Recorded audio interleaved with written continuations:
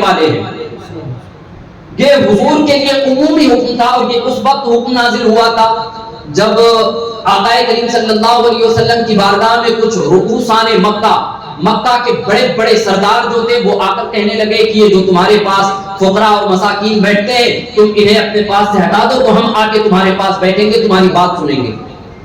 تو اللہ نے کہا محبوب تم انہی کے ساتھ بیٹھو جو مجھے شب و روز یاد کرنے والے غربا, مساکین اور فقیر ہیں.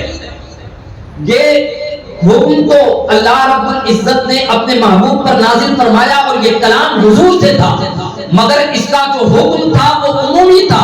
اے محبوب یہ کلام اگرچہ تم سے ہے مگر یہ حکم تمام عامت المسلمین کے لیے ہے کہ امت کو چاہیے کہ ساری امت انہی کے ساتھ بیٹھے جو شب و روز اللہ کا ذکر کرنے والے لوگ ہیں. سبحان اللہ. اب یہاں ایک چیز اور سوچنے کی ہے کہ اللہ رب العزت نے یہ حکم کیوں دیا کہ ان کے ساتھ بیٹھو جو اللہ کو یاد کرنے والے لوگ ہیں.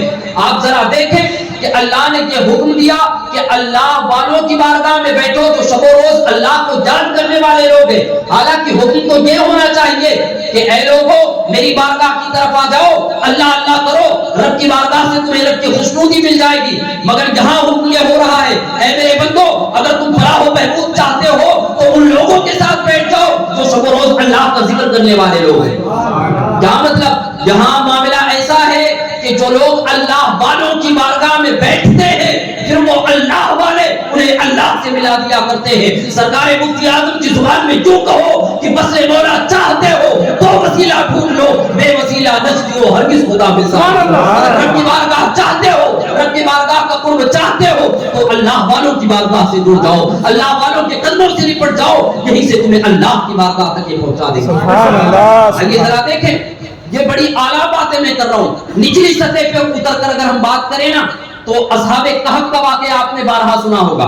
اصحاب کہف یہ اولیاء کی ایک جماعت تھی جو ظالم بادشاہ کے ظلم سے شہر سے ہجرت کر کے نکل رہی تھی.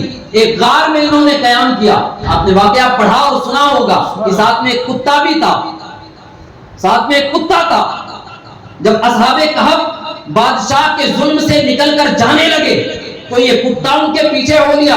ان لوگوں نے سوچا کہ شاید یہ ہم پر بھونکے گا, اس کی آواز سن کر لوگ ہمارے پیچھے آ جائیں گے. اصحاب کہف نے پتھر مارا, اس کتے نے رب کی بارگاہ میں عریضہ پیش کیا مولا زبان عطا کر دے. اللہ نے اسے زبان عطا کر دی.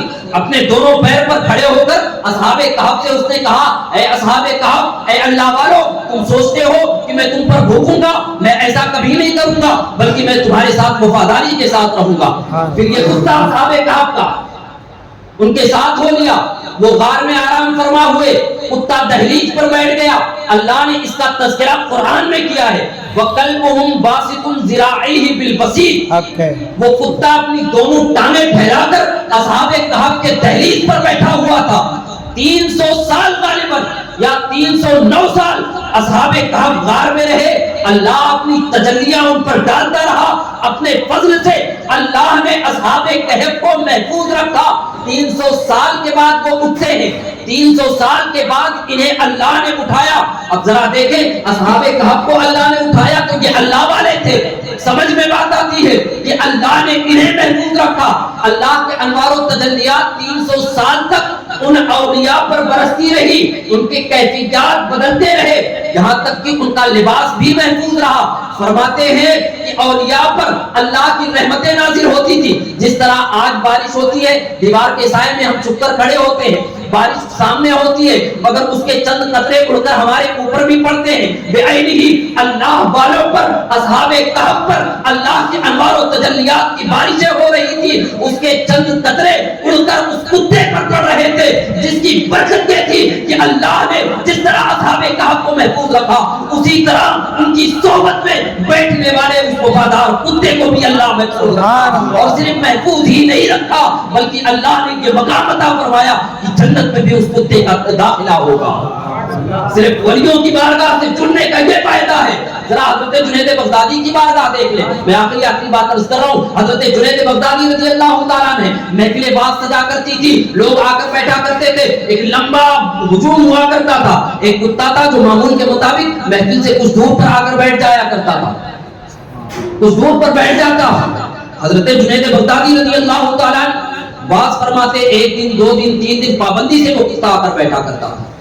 ایک دن حضرت جنید بغدادی رضی اللہ تعالیٰ عنہ کی توجہ اس کتے کی طرف ہو گئی. ذرا دیکھیں اللہ والوں کی بارگاہ میں عوام تو عوام، ہم تو ہم، کتا اگر بیٹھ جائے تو اسے بھی برکتیں مل جایا کرتی ہے. حضرت جنید بغدادی کی بارگاہ میں وہ کتا دور پر آ کر بیٹھتا تھا. بیٹھتا ایک دن اللہ والے کی توجہ اس پر پڑی. حضرت جنید بغدادی نے اپنی ولایت کی نظر اس کتے کی طرف ڈالی. عالم یہ ہوا جس دن حضرت جنید بغدادی نے کرم کی نظر اس کتے کی طرف ڈالی، اس کے بعد سے وہ کتا جس چوک پر، جس چوراہے پر بیٹھا کرتا تھا، اس کے اطراف میں 10-20 کتے ادب کے ساتھ آ کر بیٹھ جایا. اس میری مثالوں کو کوئی ٹال نہیں سکتا. یہ تو چھوٹی مثال تھی. اس سے پہلے جو میں نے مثال دی ہے وہ قرآن میں موجود ہے کہ اللہ والوں کی بارگاہ سے اگر کتا جڑ جائے تو اسے بھی برکتیں ملتی ہے. پھر تو ہم تو ان اولیاء کے غلام ہیں، ان کے قدموں سے جڑنے والے ہیں اور ان کی برکتیں حاصل کرنے والے ہیں. کیوں نہ ہو یہ سرکار غوث اعظم کی بارگاہ ایسی ہے، ایک نیک انسان تو چھوڑیں، چور بھی آ جائے تو اسے ابدال بنا دیا جاتا ہے. یہ سرکار غوث اعظم کی بارگاہ ہے. اور دوستو اپنے آپ کو ولیوں کی بارگاہ سے جوڑ کر رکھو. اللہ فرماتا ہے اللہ والوں سے جو شب و روز اللہ کا ذکر کرنے والے ہیں ان کی بارگاہ سے اپنے آپ کو جوڑ کر رکھو. سرکار غوث اعظم رضی اللہ تعالیٰ اللہ والے ہیں، اللہ کا ذکر کرنے والے ہیں، اولیاء کے تاجدار ہیں. آپ خود ارشاد فرماتے ہیں جو یہ کہتے کہ میں سرکار غوث اعظم کا مرید ہوں، سرکار غوث اعظم فرماتے ہیں تو پھر وہ میرا مرید ہے اور پھر قیامت تک میں اس کی نصرت و حمایت کروں گا اور آخرت کے وقت، موت کے وقت اسے توبہ کی توفیق نصیب ہوگی. کہا مجھے دیکھا نہیں، پوچھا گیا سرکار غوث اعظم سے. حضور ایک شخص ہے جس نے آپ کو دیکھا بھی نہیں ہے، آپ کے ہاتھ پر بیعت بھی نہیں کیے اس نے، مگر وہ یہ کہتا ہے میں سرکار غوث اعظم کا مرید ہوں. سرکار غوث اعظم فرماتے ہیں ہاں وہ میرا مرید ہے، ہاں وہ میرا مرید ہے، اسے نصرت و حمایت میری طرف سے پہنچے گی اور خدا کی توفیق سے موت کے بعد اسے توبہ کی توفیق بھی نصیب ہوگی اور پھر قیامت کے دن وہ میرے ساتھ اٹھایا بھی جائے گا. یہ سرکار غوث اعظم رضی اللہ تعالیٰ نے قابل مبارکباد ہیں. اور کیوں نہ ہو الحمدللہ ہمیں سرکار مفتی اعظم نے بتایا وصل مولا چاہتے ہو تو وسیلہ ڈھونڈ لو. الحمدللہ ہم ڈائریکٹ رب کی بارگاہ تک نہیں جانے والے لوگ ہیں، کیونکہ قرآن کہتا ہے نا وَلَوْ أَنَّهُمْ ظَلَمُوا أَنفُسَهُمْ جَاءُوكَ فَاسْتَغْفَرُوا اللَّهَ وَاسْتَغْفَرَ لَهُمُ الرَّسُولُ لَوَجَدُوا اللَّهَ تَوَّابًا رَحِيمًا. اگر تم اپنی جانوں پر ظلم کر لو تو ڈائریکٹ میرے تک نہیں پہنچو، میرے محبوب کی بارگاہ میں آ جاؤ، میرے محبوب تمہارے لیے سفارش کریں گے، تم رب کو معاف کرنے والا پاؤ گے.